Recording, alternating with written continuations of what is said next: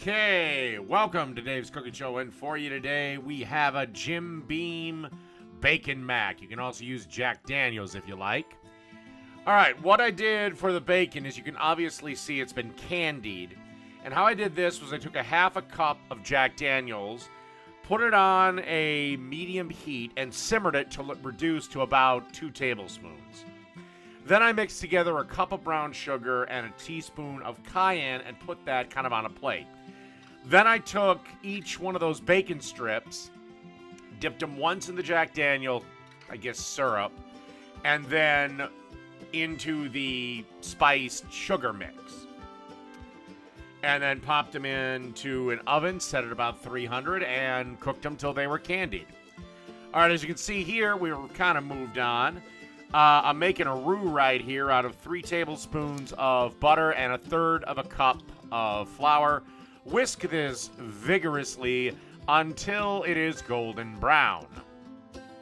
Okay, and here's 3 cups of sharp cheddar that I shredded in my food processor. For mac and cheese, I really would recommend not using the bag cheese. It has an additive to it that, prevents the cheese from sticking together. If you want that good, creamy mac and cheese, the good old shit, the real shit, then you want to add 2 cups of milk, a tablespoon of Jack Daniels, or Jim Beam, whatever you like, a half a teaspoon of paprika, salt and pepper to taste, and then just kind of stir this around till everything becomes well incorporated.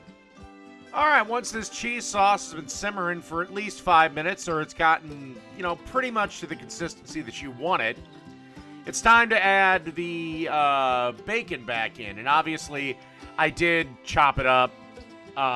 It is going to kind of stick together and be a sticky clump. Don't worry, the cheese sauce will separate everything out. Now, one thing, if I had to redo this, I would actually add a couple of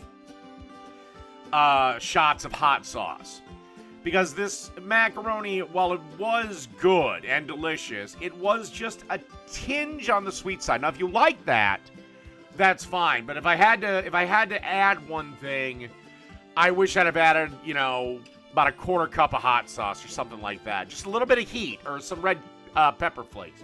Just a little bit of heat to counteract that sweet. All right, and then just give this a few more minutes to simmer and get incorporated, and we should be ready to pull all this together.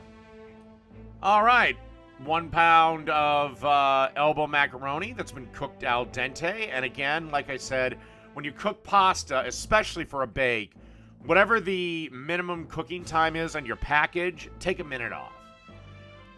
If it says, 7 minutes, cook it for 6. If it says 10 minutes, cook it for 9. Also, remember, this is going to go into a 400-degree oven. So, if anything, you could almost take 2 minutes off. And so, you just want to add that cheese sauce we made.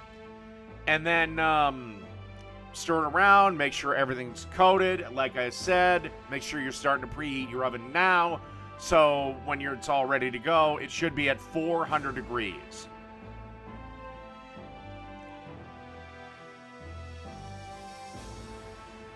So again, grab your hot pad and just give this a stir. All right, and take your mac and cheese mix, place it in a glass baking dish, and then you want to kind of spread it around, make a nice even layer, because we're not done quite yet. Because then you're going to want to top this with slices of good old provolone. And when it looks like this, pop it in the oven for about 10 to 15 minutes, or until the provolone gets nice, warm, gooey, and bubbly, and everything's great.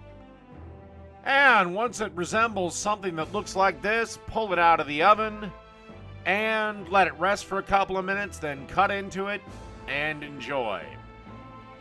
So that's Jack Daniels Bacon Mac. Done.